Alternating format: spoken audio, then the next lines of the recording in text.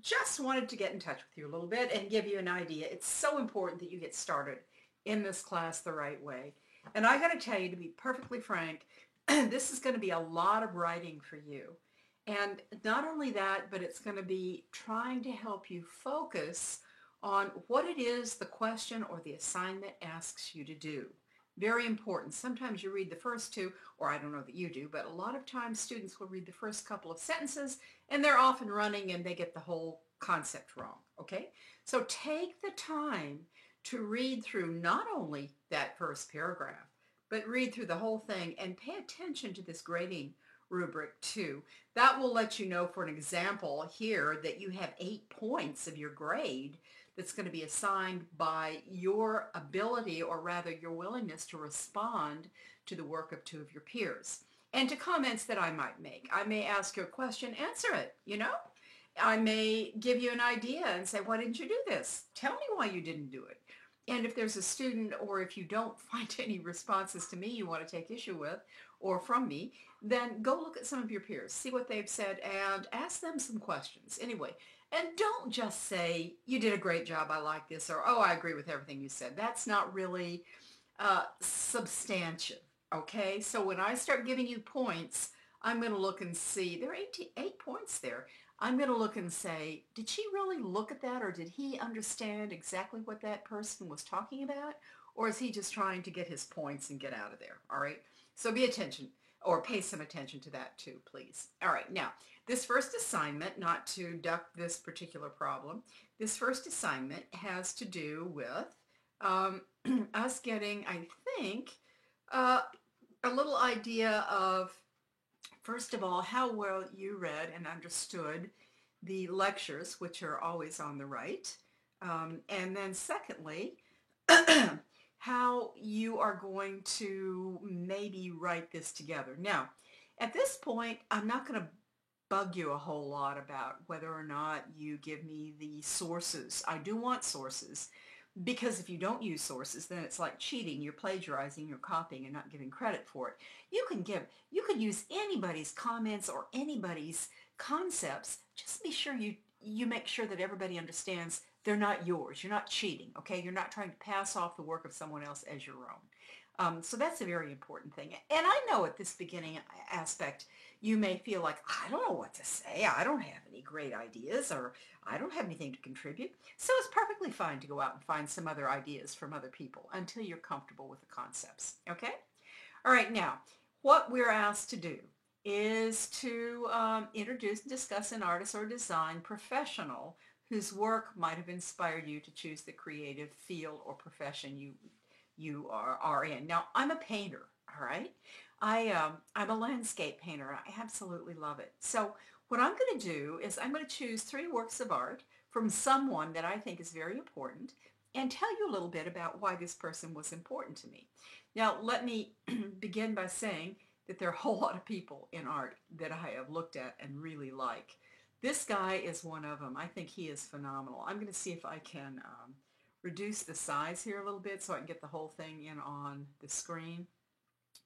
This is a man by the name of George Ennis. He's a 19th century landscape painter, and I just fell apart when I saw his work the first time. Now, I used to be a printmaker, and before that, of course, I drew a lot and painted some.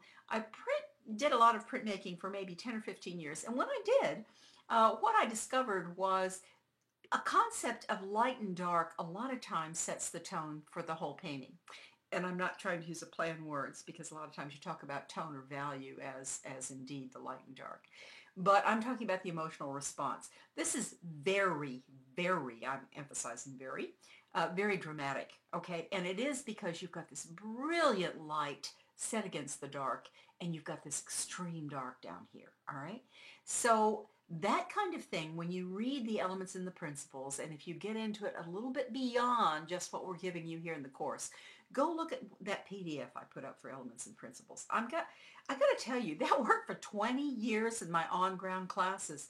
People had that as a reference. It worked. You just have to take the time to read it. Anyway, value here, high contrast. And high contrast always makes it dramatic. And guess what? The topic here is very dramatic. Now, what I'm doing is I'm talking about this person and I'm telling you, using some elements and principles terms, I'm telling you why this piece is so important to me. It has what we call horizontal lines, which makes it somewhat restful, but at the same time, you have this very extreme contrast. Very, very dark, very, very light. I mean, white to black, literally. And that's very important. And then you have this lovely hue. Now, hue, when you talk about color, look at that PDF. When you talk about color, hue is going to tell you exactly, is it yellow, blue, green, pink? Okay. The hue here is golden yellow. All right. It's pervasive. That means all over this image. A masterful use of color, tone, value, composition. Now, Ennis was more than just, pardon the expression, a pretty face. Ennis had a great spiritual message, and I think it's very evident in this particular piece. Now, up here, this is the site I got the image off of, and of course, it comes with this. If I were writing about it, I would be sure I would include that, as I also would give you the name of this. But like I said, we'll get into that. All right. All right. Let's see what this next one's going to give us. If I can get it to come up. Oh, I didn't. All right. Let's see if I can get it to come back. Don't leave me. Stay with me. Went somewhere else. Perfect. Um, Stay with me. Sorry. All right. Here we are. We're back. I'm going to see if I can get this one up. Now, one of the problems is I have a cut on my thumb and I have a touchpad. All right. So it doesn't always touch exactly right. This is another one by Ennis. It is called The Storm. Now, Ennis would love to give you, again, here are these dark lights and darks. This isn't a very good image. I apologize for that. You can see all the little square pixels. But in fact, it was the only one I could get, and it's one of my favorites. You have this wonderful little light space here. Again, we're doing the light and the dark, and that's what he wants you to do. He's giving you this little figure. Now, I've got to tell you, my own painting is very much about color.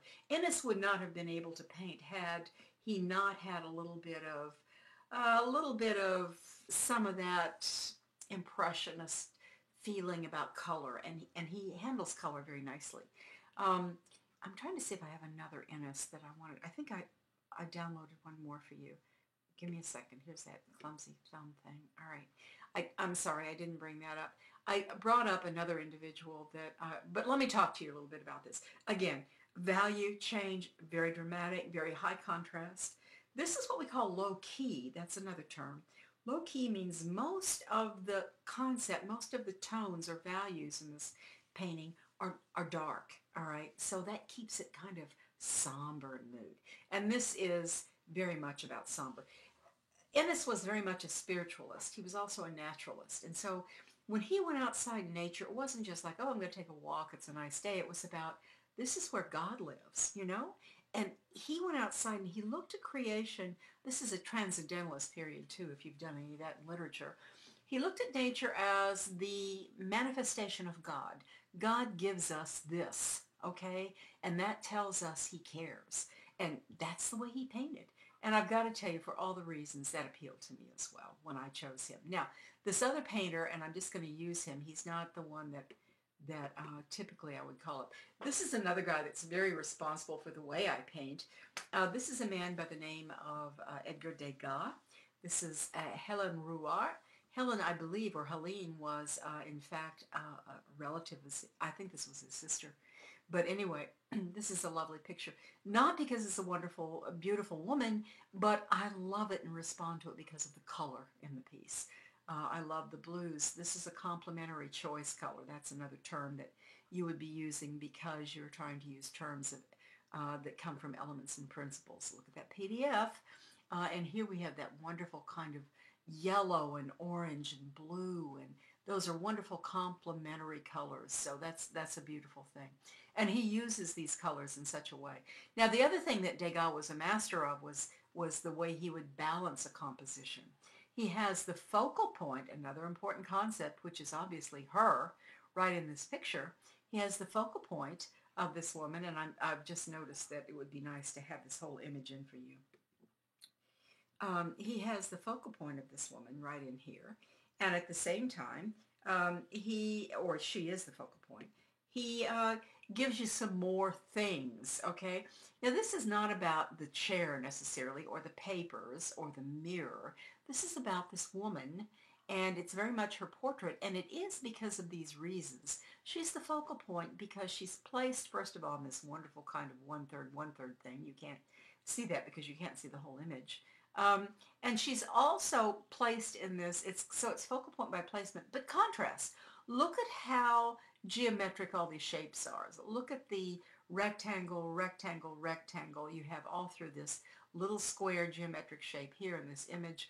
And then you have her, this very organic figure, the only figure in the whole thing. So by contrast, she is in fact the focal point. Now unity, and that's a very important principle, unity, repetition of color. Look at the color, that orange that's all through it. And also by continuation. This line pulls you into the composition. This takes you down, this takes you over, this takes you. You see, all the way you have your eye moving because you have these little directed sorts. Well, lucky for you, there's a phone. I'm going to go now. But anyway, this was to give you an idea of what I want you to do in this image, and I hope it helped, and I hope it just didn't confuse you. Okay? I'll look forward to reading your concepts.